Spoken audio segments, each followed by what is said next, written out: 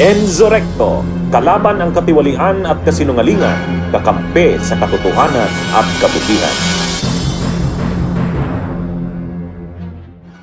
Maliban kung bigyan ninyo ako ng garantiya na hindi mangingialam ang mga puti, FBI, CIA o sino pa man sa kanila, haharapin ko ang kasong yan.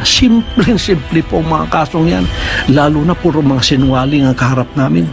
Dokumento po ang nasa aming mga kamika dito at ako'y hadlang sa kanilang mga plano na politikal.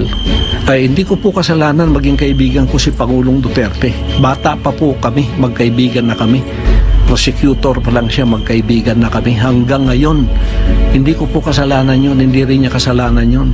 Bakit ninyo ginagawang kasalanan para sa amin yan? Hindi ko rin kasalanan naging politiko siya at hindi ko rin kasalanan na ako ay naging isang ministro ng kingdom at lumago sa buong sanlibutan. Hindi ko rin kasalanan yun. Ngayon, ginagawa ninyong kasalanan sa amin yun, problema po ninyo yun. Ngayon, ako po ay hindi nagtatago sa kasong itong napakasimple. Malayo po yun. Kayang-kaya ko pong harapin yan. Kaya ko nga harapin sa Amerika kung dadaan lang sila sa tamang proseso. O ito pang sa aking sariling bansa.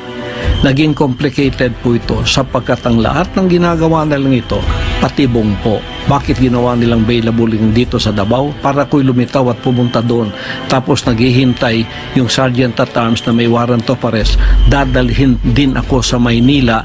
Pagdating doon, yun po ang endgame. Extraordinary rendition pa rin. Babagsak pa rin ako sa kamay ng mga puti. Gusto ko man o hindi. Dito nga sa aking compound, sinusurveillance ako kung paano nila akong pasukin. Lalo na kung akong kusang loob pupunta doon na para kang manok na pumunta sa bitag na alam mong bibitagin ka. Kaya hindi po ako nagtatago ng dahil sa ako'y may kasalanan o kaya ang aking mga kasamahan na kawawa naman. Tingnan ninyong ginawa sa kanila o pinasuot ng orange na para bang may mga kasalanan na sila sapagkat yan ay proseso, nagpapasakop po kami, law-abiding po kami for nation building po ang aking pakay. Ang aking pong ministry mapayapa, walang nangingialam po. Kami ay tumutulong sa ating bansa. Alam po ninyo lahat yan, hindi ko na dapat i-explain lahat sa inyo yan. Ngayon, bakit po ako ay hindi pupunta doon? Simple lamang po yan, available pagkatapos, simpleng kaso pa. Pero ngayon game, dadalhin ka rin sa Maynila. Dadalhin ka rin doon. Hindi ka nila mapapunta doon sa Senado. Ganito yung kanilang endgame. Doon pa rin ang bagsak ko. Ang katapusan, extraordinary rendition pa rin. Babagsak pa rin ako sa kamay ng mga puti. Mga kaibigan, yan po ang iniiwasan kong mangyayari sa akin sapagkat I am preserving myself. Ito po ay wisdom ng Panginoong Diyos to preserve myself. Iniingatan po ako ng Ama na hindi ako pupunta sa patibong ng tao para mangyari ang kanilang gustong gawin sa akin na kanila akong bawian ng buhay sapagkat ako'y hadlang sa kanilang mga plano. Yan po ay pag-iingat ng banal na Diyos sa akin. Gusto ninyo akong lumitaw para harapin ang lahat ng ito? Ito po ang kondisyon ko. Bigyan ninyo ko ng garantiya na hindi mangingialam ang mga puti sa kasong ito sa Pilipinas. Hindi mangingialam ang FBI, ang CIA, ang US Embassy. Bigyan ako ng garantiya ng Presidente ng Pilipinas. Bigyan ako ng garantiya ng Secretary of Department of Justice Boying Remulla. Written po yan, written.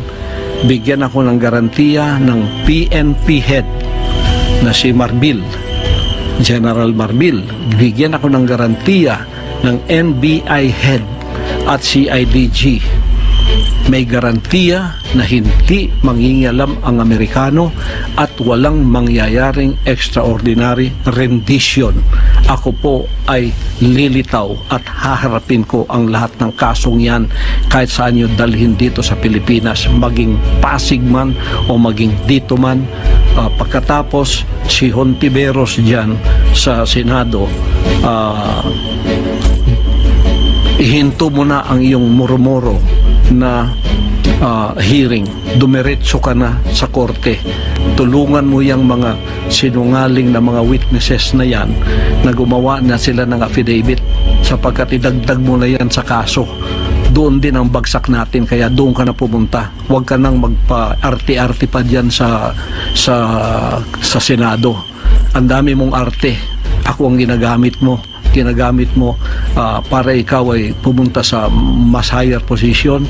Alam ko na ang galaw mo, alam ko na yung style mo.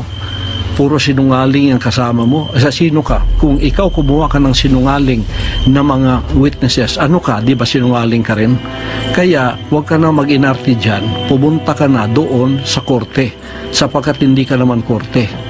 Ngayon, kung gusto mo ako talagang pilitin pumunta riyan, gumawa rin kayo ng nararapat. Yung 17 conditions ko, harapin ninyo yon para pantay tayo dyan sa Senado mo. Malabo nang mangyari yun kasi moro-moro na lahat ang ginagawa ninyo. Extraordinary rendition pa rin ang bagsak natin. Bagsak pa rin yan, nasa kamay ako ng mga puti. Yun pa rin ang endgame. Hindi ko alam kung ang $2 million ay nasa kamay na ng mga taong itong atat na ako'y kanilang madampot, makuha, at sila ang makikinabang sa perang ito. Hindi ko alam. Pero yun ang endgame na alam kong mangyayari. Kaya umiiwas ako sa injustice na yan.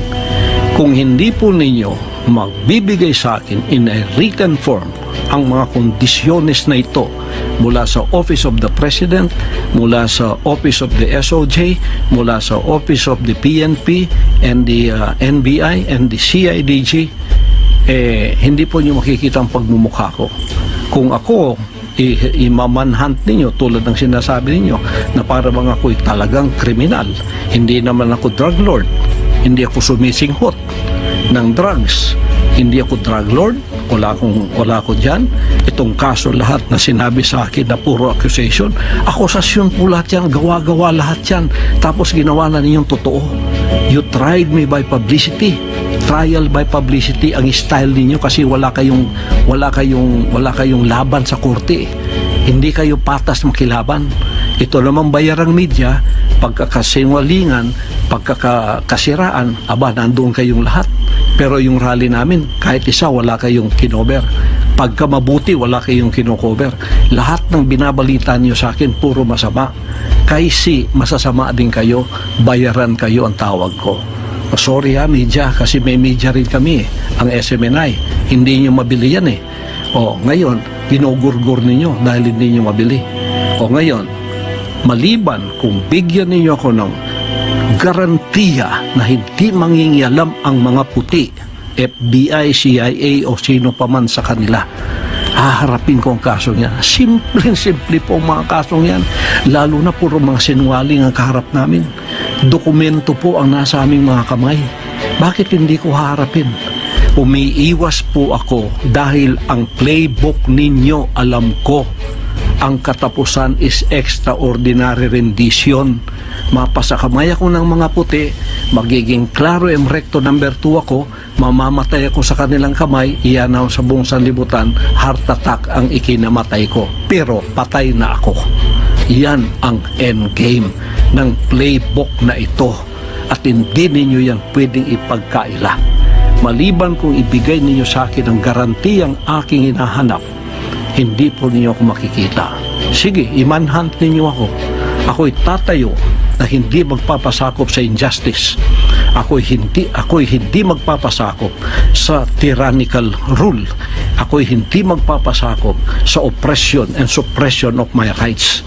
Pagka ako'y binaril ninyo, papatay ninyo, mabuti pang ako ay mamatay sa kamay ng mga Pilipino, dito sa aking bansa, tutulo ang aking dugo, kaysa ako ay mamatay sa kamay ng mga puti na nasa ibayong dagat, nasa kanilang bansa o sa ibang bansa ako dadalhin. Hindi po ako papayag sa ganun. Kung imamanhunt ninyo ako, kayo mga CIDG, kayo mga NBI, kayo mga kapulisan. Yan ang senaryong haharapin ninyo. Magiging martir akong tulad ni Rizal. Magiging martir akong tulad ni Bonifacio. Pero tatayo ako sa aking kinatatayuan. Kung kayo mga oppressor ko ngayon ay hindi na mga banyaga, ginagamit kayo ng mga banyaga, nagkasabwatan kayo para sa aking harapan, banyaga pa rin kayo. Tatayo ako laban sa inyong oppression, sa inyong suppression of my constitutional rights, at tatayo ako laban sa injustice ng gobyernong ito.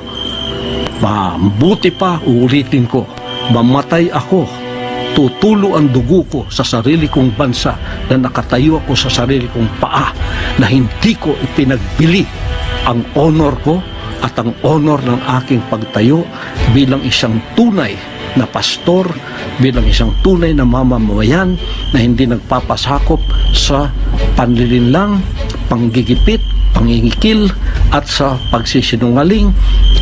Ako po ay lalaban sa mga kasinungalingan na ganyan. Ako po, pag nahuli ninyo, hindi ako magpapahuli ng buhay. Barilin na lang ninyo ako. Kung ako'y huhulihin ninyo, hindi ninyo ko mahuhuli ng buhay maliban kung ibigay ninyo ang garantiyang hinihiling ko sa inyo. Sasabihin kong muli, simple mga kasong ito. Kahit sa Amerika, simpleng mga kaso kasi puro kasinungalingan. Haharapin namin lahat. Basta dito sa Pilipinas, wag lang mangingialam ang bansang puti. Yung mga puting yan, wag lang mangingialam sapagkat nagkasabuatan na ang rehimeng Marcos at ang mga puting yan na naririto na hawak na ang liig ng ating bansa. Yan po ang endgame nila at ito rin ang endgame ko. Kung ang endgame nila, bawian ako ng buhay sa kanilang kamay, hindi ako papayag. Kung ang endgame nila ganun, hindi ako papayag. Ang endgame ko, mamamatay ako sa kamay ng mga Pilipino, okay sa akin yun. Basta nakatayo ako sa aking sariling prinsipyo, values, hindi ko pinagbili. Bansang kaharian. Tandaan po ninyo, ako'y mamamatay with honor. Tatayo ako para sa mga ginipit, kinunan ng katarungan, kinunan ng hustisya sa bansang ito. Dito tutulo ang aking dugo. Dito ako mamamatay. Bahala na, basta Pilipino ang papatay sa akin, okay sa akin yun. Yun lang man po. Pagpalain tayong lahat ng ating dakilang Ama at naway manumbalik ang kapayapaan, ang katarungan, hustisya sa bansang ito. Salamat po.